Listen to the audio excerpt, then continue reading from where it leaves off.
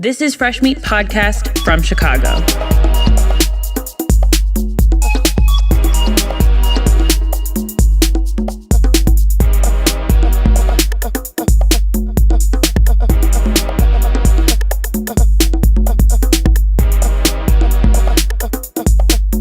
Okay, so as promised at the top of the hour, we are going to get into a DJ mix from Sylvia in a little bit, but we're going to spend a few minutes getting to know each other. She's been nice enough to join me here at the Star Lounge, and we're going to have a little bit of chat, which is fantastic. We're going to get to hopefully know you a little bit better. All the listeners will get to know you a little bit better.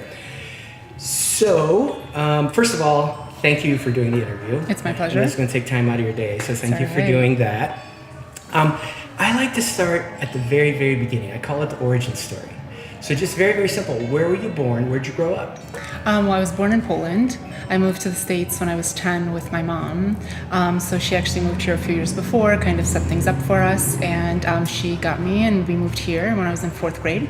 We moved back for about 7 months and then came back to Chicago. And I really haven't moved from Chicago itself since.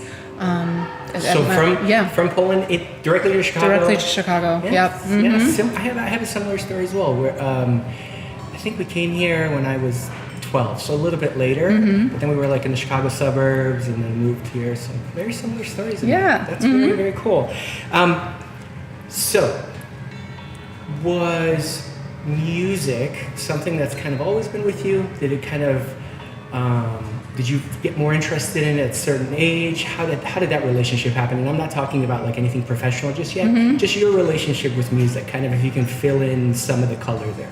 Yeah, so actually I didn't think I had a penchant for music at all, especially growing up. I was afraid of music class. I waited until like junior year of high school to finally take a guitar class, but that was like my first music training. Other than that, my mom would like comment that I'm a very rhythmic person even when I was a little kid, but otherwise it's something I always loved but never really felt a closer attachment to until much later when I started to DJ. Okay. So I can't say that it's been like an extensive part of my life as far as involvement, just something I always loved and kind of felt, but no formal training growing up. Yeah, do you feel like there was a moment, or do you kind of have a feeling of like when like music became something you were really interested in? So I'll give you an example. Like in my own life, like music was something in the background until I was about 7 years old or something, and I heard Michael Jackson, and I was just like, whoa, music is like the coolest thing ever. Did you have any kind of certain stories, like certain artists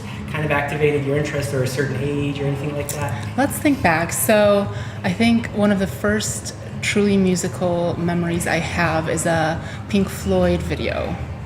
When I was maybe 5. Okay. And so the cool thing about Polish TV is that even on like a regular news channel, they would interject like certain music pieces, including videos. So that's one of my earliest memories, is watching that video, seeing it.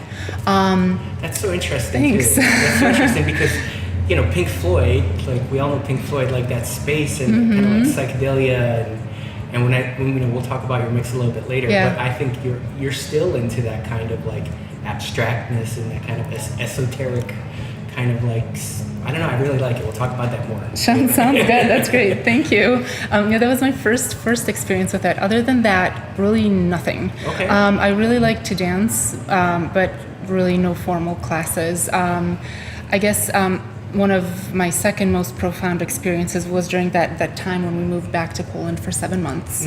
And I was heavily watching Viva, which is like the European German version of MTV, essentially. Okay. I would be watching that all the time. Yeah. So I remember The Prodigy very heavily. So their videos, and really anything they played at that time had a huge influence on me later. And when I came back to the States, completely different music tastes. Not really, but just a big layer of new music tastes, I guess. Yeah. And then I really didn't see music as a thing until I started to DJ. And it was just kind of like a natural gravity to it. But that's, I guess, how I would describe my most earliest and most profound experiences with music, and then I'd have to start talking about my DJ career to go on. Which actually that's the next thing I'd love for you to talk about. But the only thing I would put in there is some could say loving to dance, which is what you just said, is like the best education for being a good DJ. You know, so I don't want to get into the negative side of things, but I think that's one thing maybe some DJs are missing, right? You have a really good technique and whatever, but you don't dance a lot, so you're not maybe having a connection with the crowd. So I love that you mentioned that. Thank you. Yeah, let's get into it. So how did you get into DJing? Well, to give you the full detail of the story, it was actually my boyfriend when I was 19. He decided he wanted to learn to DJ, and he got CDJs into Mixer, and I was like, oh, I can do this. So I kind of started to learn a little bit as he was learning, but then I thought, I want my own equipment. So I bought my own Pioneers, one of which I still have to this day, and a Mixer, which still serves me to this day sometimes, and like even a friend recently borrowed it, still works. Nice. So that's how I began to learn to DJ, and from there, I guess I met the right people is just the best way of putting it. I was connected with the NORdjs group. So actually the guy I was with was friends with a girl that one of the guys from NORdjs was with. Okay. And they started talking, and we all became friends, and I played for NORdjs where they were at the time Sphinx. It was their residency. And then they asked me to join the group, and soon enough, like maybe a year later, if even that, we were residents at Soundbar, and things just snowballed into a whole new realm. I love that. I love how you had the agency right away to be like, I want my own equipment. Yeah. Like you hear all these stories, people like going from like place to place to place. You're like, no, I'm getting my own stuff. We got to do this. Yeah, that's actually a profound memory because I was 20 years old at the time, so it was a very big purchase for me. I remember writing the check and buying used equipment off a friend's brother. I thought, well, hopefully this will go somewhere, but I didn't really expect it to become such a big part of my life, overtaking it essentially in a very positive way. But yeah, that's how it started. I wanted my own, and it was like such a strong passion and gravity and velocity that I couldn't really. It sounds like it was. I mean, it almost sounds like a cliche, but it sounds like it was life changing for real. It was. Like you were just like, hey. Yep, totally, definitely. That's precisely what it was. That's great.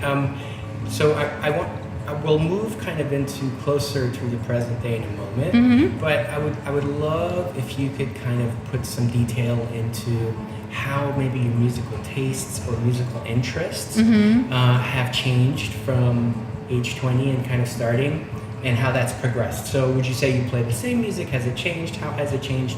Kind of, let's talk about that for a little bit. It changed heavily from the start until now. Okay. So, I had my primer of whatever I was listening to on Viva, being at the Prodigy, but it also very heavily like Euro dance. That was big at that time. So when I moved back to the States, I was listening to ski mixes a lot. DJ Mark Ski was like a big presence for me and my group at the time, and that's very much all I knew.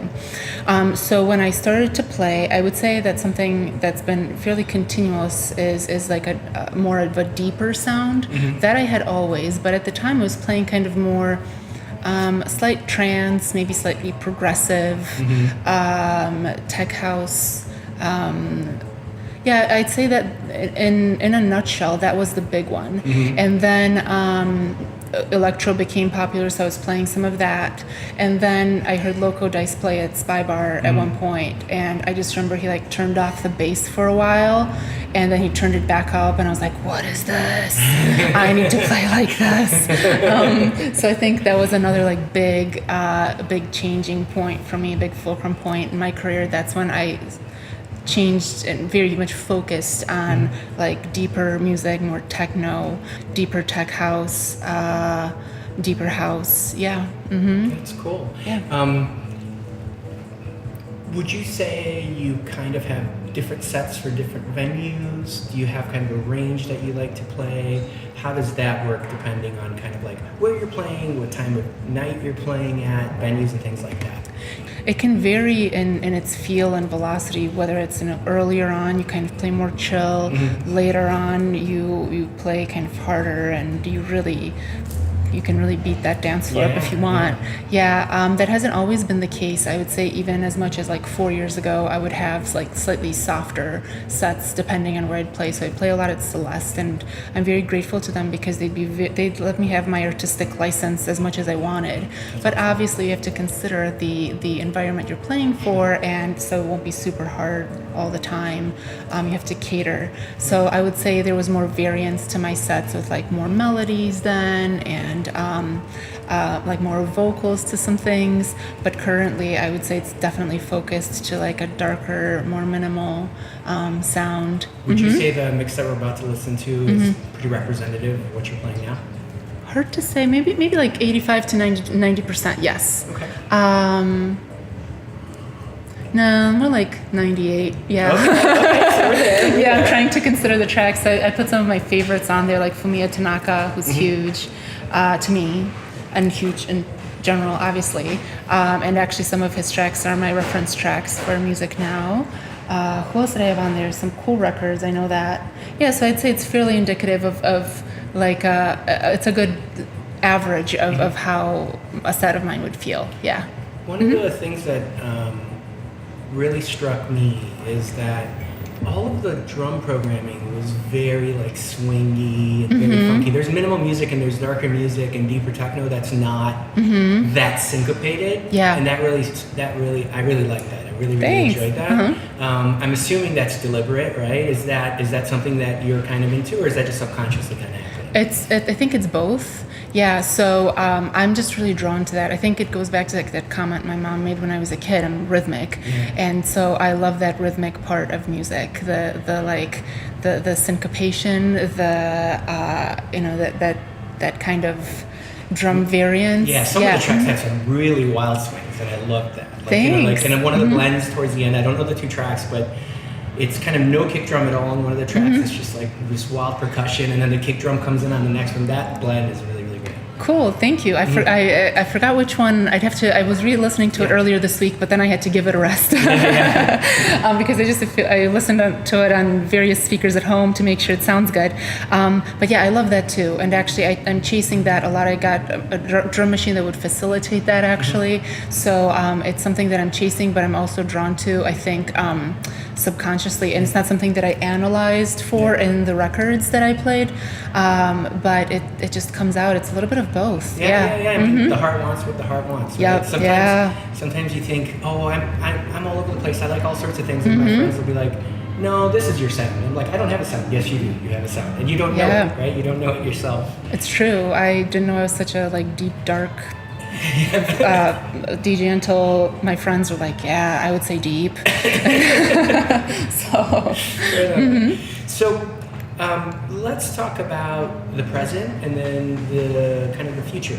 So what are some things that people should look for right now, whether it's places that you're playing or remixes that you've done, music that's out there? What are some things that people should look for? And then maybe if you want to, some people don't want to share what's coming up, but what are some things that they should look out for?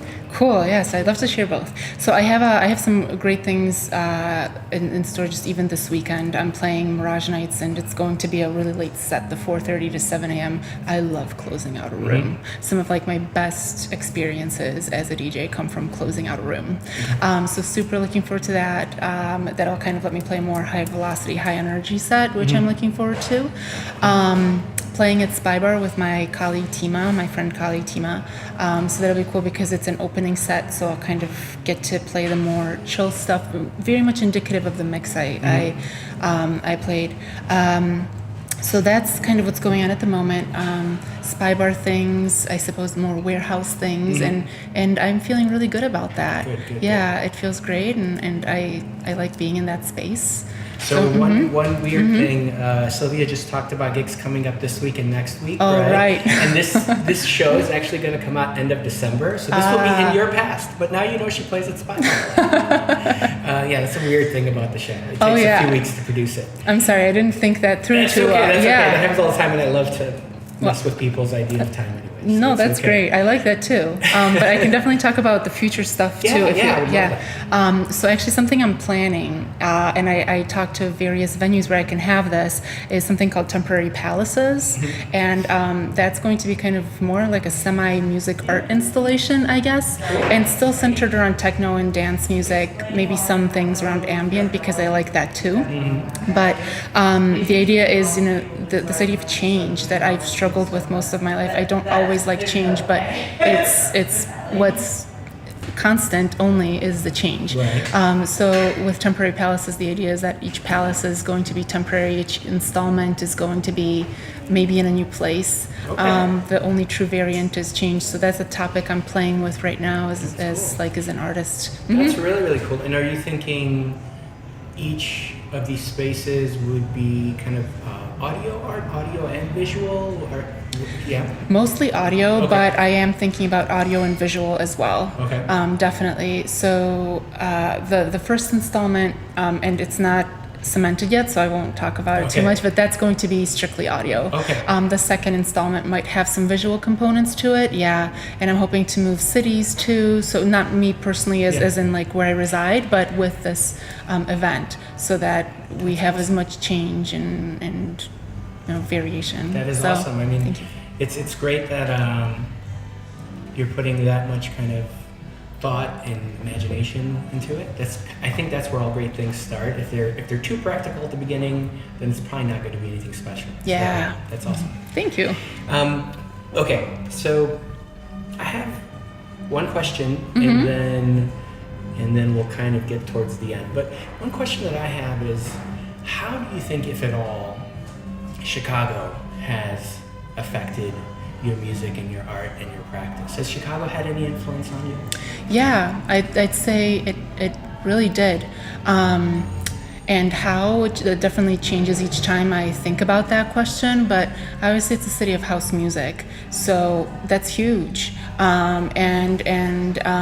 Even I consider myself mostly a techno artist, but I know that as far as the spectrum of how techno you get from house, I'm dipping heavily into the house piece too. Right. That kick, the bass is definitely something That that syncopation that we were talking about, right? yeah, a whole lot of it. I think, the idea of the seasons changing is a big one, even like with the temporary palaces piece. Seasons change, and so just like what you do, how you feel, how you express yourself in music is going to be that. It's a city that's there's so much culture here, there's so much art. And I'm sure that influences me in ways that I can't even articulate for myself. The diversity of the city is awesome. I feel like I was very lucky to get my musical education from such a diverse set of people, my mentors too. They're all Chicago people. Also, it's just like a city that, if I may, doesn't take shit. We're not easily impressed. That's right. So I think as an artist, It's a serious education. very much so. I think as an artist, I really had to learn to step it up with my technique, make sure I'm doing my best with how I present myself as a DJ, how I play, and try to meet a very high bar, because I feel like my peers, people who came before me, they're really so talented, technically incredible. So to play in that league, you really have to set a high bar for yourself. Yeah. Okay. Well, thank you so much for all of that. What I like to do, the way I like to end these, and what typically then happens is, as you're speaking, I give you the last word, whatever that is. Oh. And as you're speaking, then the mix will begin, or it'll begin immediately after. But I like to give the artist the last word, and then we listen to your mix. So the last word is yours. Thanks, Mazi. Well, I guess something that did come to mind earlier was just this idea of gratitude and how grateful I am to my friends for being so supportive. Like, I'm missing out on hanging out a whole bunch and spending time with them, and they're so supportive of the studio time I'm putting in, and come to my gigs and give me that feedback of that was good or no. So very grateful to my friends, super grateful to my mom, who's been putting up with me learning how to DJ back many years ago, and very much just like the Chicago artist atmosphere. I'm very grateful for that. I have so many great peers here who I was just thinking the other day, like, if I want feedback on something, I have so many great minds, so many great ears to send it to, and they're welcoming in their studio. They will tell you. So very grateful for this support and mentorship that I get from all of my friends, from my colleague Tima, from my family, from the entire city, and all of the amazing musicians here. So I think, I'm not sure if I get that elsewhere, and I'm very grateful for it. Yeah.